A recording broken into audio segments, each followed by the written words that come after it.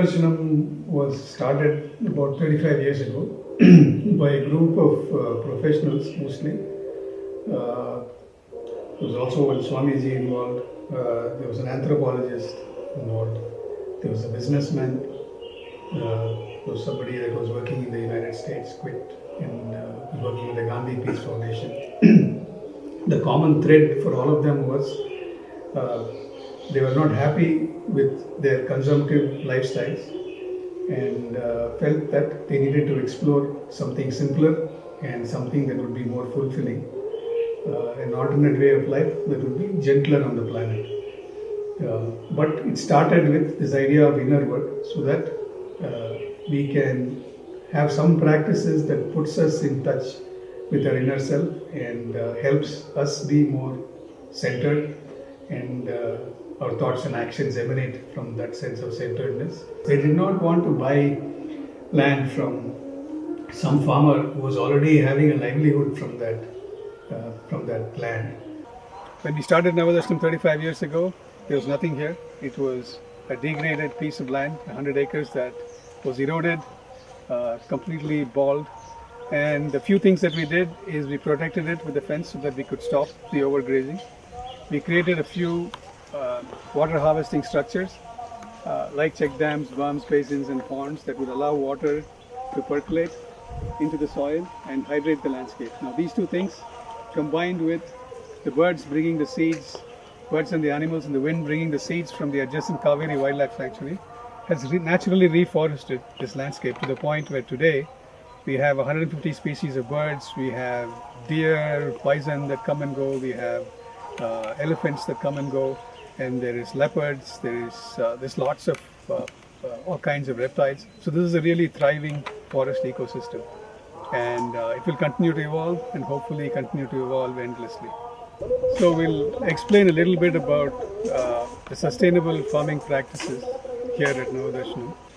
The key elements of our practice is, one, it's low intervention. That is, we allow a lot of the natural cycles to operate. We don't try to immediately react when we see something on the farm. We allow the ecosystem to bring that back into balance, so that there are self-regulatory mechanisms that kick in. And second, in order to have those self-regulatory mechanisms to kick in, one of the key elements is that we need to have a living soil. And the soil has been damaged by years of chemical farming. So we restore that living soil through some simple practices like Jivamrita, which will restore the microbial and fungal life, and after that we protect it. And that's a self-sustaining thing from then on. Those are the two key principles. For example, here at Navadarshanam, every farming patch will have some natural habitat around, so that it provides a habitat for birds, which is one of the biggest pest managers. There's habitat for lizards, for snakes. All of them ensure that the pests remain in balance. So at Navadarshanam, one of the things we try to do is to ensure that our buildings have as low an ecological footprint as possible. Our buildings are made with compressed mud blocks that are not plastered or painted, and that ensures that A, the ecological footprint of these structures is much less, and B, there is a self-regulation of temperature that happens inside the rooms, because there is an exchange of gases that is allowed by these compressed mud blocks because they're not painted or plastered. We use lightweight roof designs. Overall, the ecological footprint of the buildings is much less compared to a conventional building. The other thing we try to do is to ensure that the buildings remain independent with respect to their water needs and energy needs. So all the roof water is harvested, filtered, and then stored here in a chamber below. For example, this building has a tank that holds about 50 to 60,000 liters of water, which is then pumped using a solar pump to an overhead tank that then supplies it to the bathroom inside the building. The energy for the building comes from, like I said, solar panels. There's a hot water heater that supplies hot water to the buildings, and so everything is just maintained here, managed here locally. So this is what it is. And then over here, you can show this. We have a very low horsepower, quarter horsepower pump that's again fed by the solar panels up there to pump this water to an overhead tank that then supplies the bathroom inside the building. So this is a very simple system, and you can come here and see that this overflow flows into this pond here, and from this pond, the overflow from this pond will then flow into the landscape, and there are further water harvesting structures below that will harvest that water. So at every stage, water is being percolated, and then the overflow is sent along further downstream, because we've used the natural topography of the landscape to manage these overflows. So there's a set of cascading ponds that manage the overflow. In terms of the cost per square feet, this is probably, these alternate ideas probably cost about 25 to 30% less, not very significantly different. But where the difference is, you spend more on labor and less on material, because material tends to be more basic, more local. Maintenance and sustenance of these buildings long term, we find that there is no difference between conventional buildings and these buildings. Now, it will be cooler than a conventional building because it provides natural ventilation. Hot air has a place to go, cold air has a place to come in, cooler air has a place to come in. So in that sense, the overall energy footprint for maintaining this building, wherever it is, whichever locality it is, it's going to be less. Now, if you're in Chennai, and depending upon how much wind there is with the rain, you might have to put a skirt. Here we put a skirt up to this point, 1 foot, so that the rain that falls will not eat into the bricks, because these are mud bricks, it will get eaten up. So two things we have: if it's a flat roof, we might have a porch, and then we might have to extend a skirt for the outer wall to protect it from washout. If you do a few things like that, it becomes very, the durability is quite good. We conduct workshops on sustainable living and sustainable farming, and as part of that workshop, we share these ideas of how to create sustainable buildings, how to do sustainable water, harvest water through the landscape and through structures, and achieve a degree of water independence.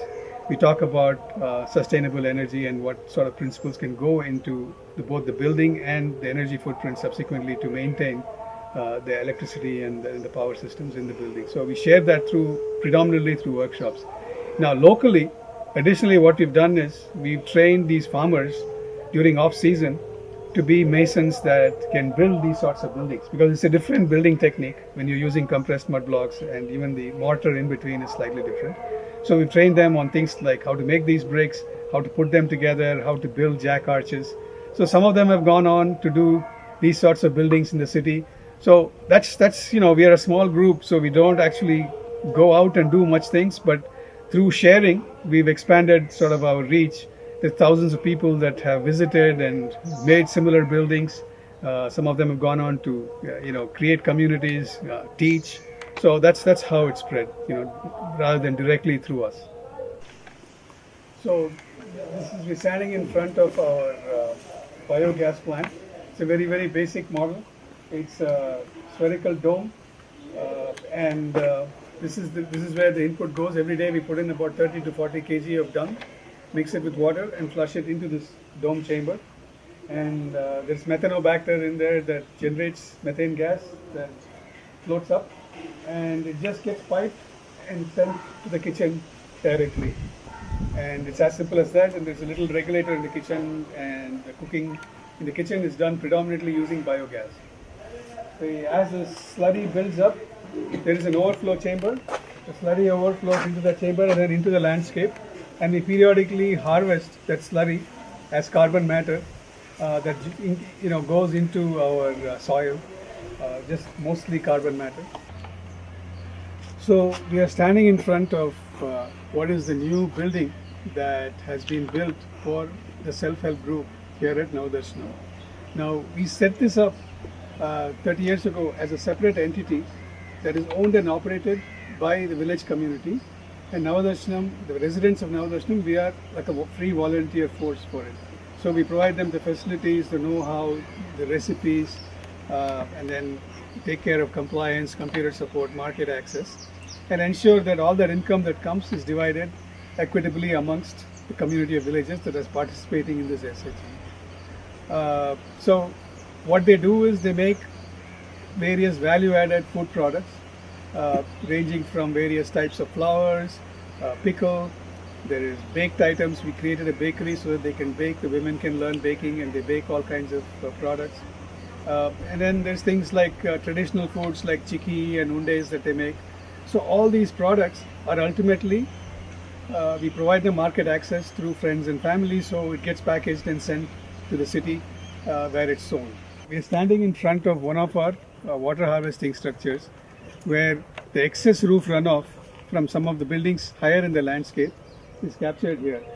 This is a pond that we constructed primarily to make a building, to extract mud for making a building nearby.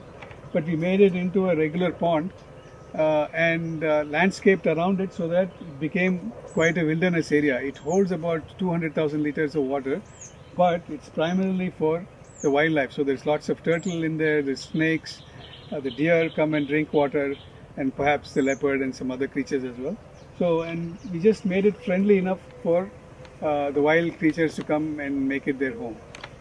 So we saw the higher level pond. This is the overflow, and this again holds about close to 100,000 liters of water. And the important thing about these ponds is they're all hand dug. They're dug by a group of people who, it's almost a tribe, which has a way of working with soil. They have a good understanding of soil, and they know how to dig these. So, and for us, one of the key principles at Navadarshanam is we try to keep things on a human scale, and we try and avoid using big machinery, except in the event of an emergency like a huge fire or something like that. But as far as possible, we try to keep things on a human scale. It keeps the ecosystem healthy. It ensures that there is livelihood for these folks who hand dig versus employing a JCB. So it's nice. Overall, it ends up being nicer looking than when you dig it with a JCB. Sort of at the deepest level, we say that the source of sustainable happiness comes from the inside. So, in some sense, it is a place that is untouched by anything that happens outside. And our sort of practices are trying to get to that space within us.